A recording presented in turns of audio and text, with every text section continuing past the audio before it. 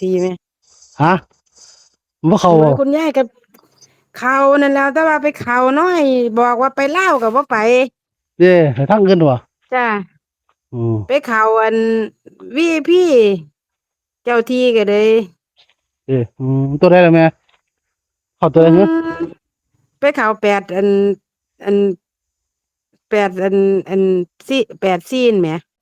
เข้าแบบที่เด้อันคุณยายกับเขา70แหมไปเขาอือันน้อยมเออเราบ่พากันได้บ่ไปลาวว่าติตัวทีก็บ่อืมพากันไปลาวเนาะอันอ๋อเนาะพอว่าสิได้เดี๋ยวดวงเงินแหน่ดวงเฮาอาจท่านฮอดก็ได้จ้า อืม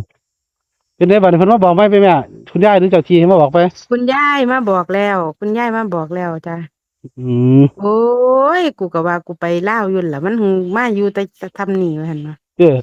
ไปบ่ถึงเมื่อวานบ้างบ่กูบอกเบิ้นผิดว่าซั่นว่ากูบอกมึงเบิ้นผิดว่าซั่นอืม เพิ่นบอก33หมู่บ้านเพิ่นกูว่าสิบอก33กูบอก77กูเว้าผิดว่าซั่นเอาแล้วไปว่าอยู่หั่นดอกเออือมผู้เฒ่าผู้โสเนาะแม่นอืมมื้อนี้เพิ่นมื้อวางได้ล่ะยายนี้เพิ่นให้เพิ่นว่ามื้อนี้ว่าบัดนี้ปังมื้อนี้ก็ไปลาวพุ่นละว่าซั่นว่าอือฮึลาวน้อยพุ่นละว่าซั่นว่า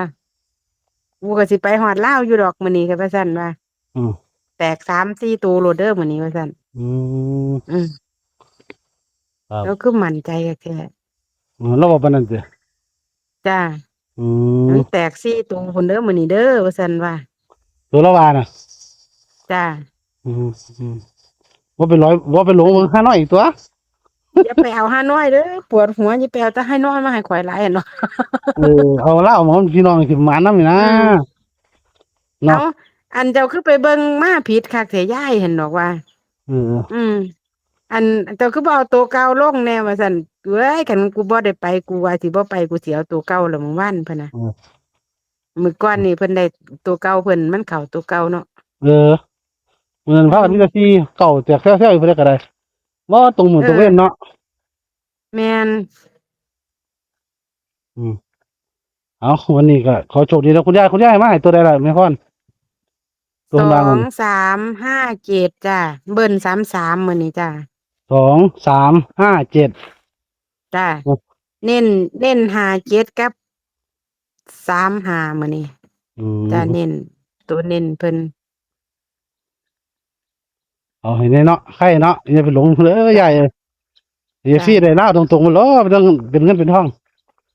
ไปบ่ได้ใช้เด้อหนี้ไปอันลาวเด้อยายมื้อนี้อย่าอยู่น้อยเถอะอย่าเอาไปลาวแน่หั่นดอกเออกูว่าหมู่บ้านกูว่ากูสิบ่ไป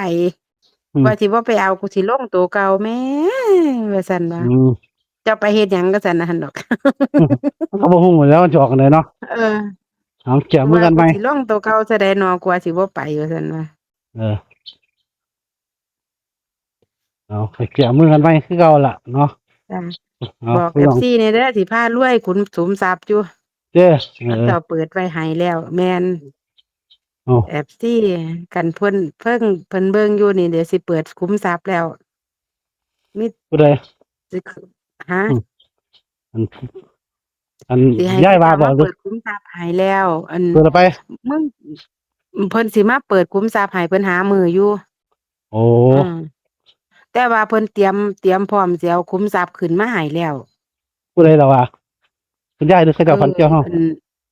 เพิ่นฝันเกี่ยว อืเพิ่นเขาเจ้าฝันเกี่ยวเพิ่นมาเฮ็ดไฟให้แล้วเพิ่นฝันเอ้ยเกี่ยวเพิ่นว่าอันอันไอ้เอื้อยขุมทรัพย์น่ะเจ้าน่ะ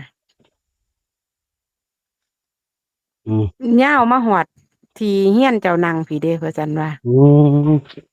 อืมถ้าเจ้าเพิ่นพร้อมที่สินั่นคันเจ้าไปเดี๋ยวข้อยสิไปหามื้อหาวันให้ คันเป็นอืมคือเว้านี่เนาะข้อยก็สิภาวนาให้ FC เพิ่นชงมานั่งเด้อคือกันมื้อโชคหมานนำจ้ะอืมมื้อเพิ่นมาเปิดขุมทรัพย์ให้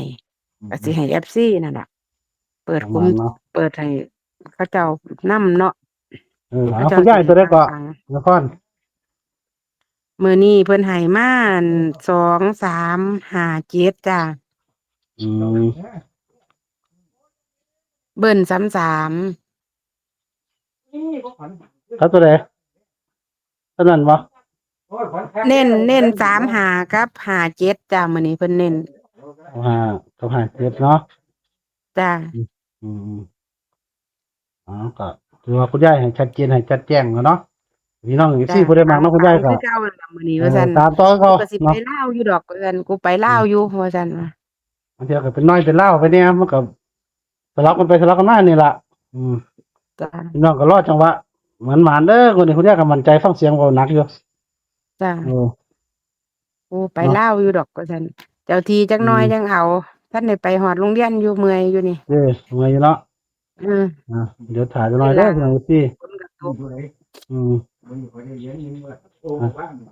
โชควันๆนำคุณยายเด้อนะครับสำหรับแนวทางเอาขอบคุณแม่พ่อหลายสวัสดีครัเด้อบสาธุจ้าสวัสดีจ้า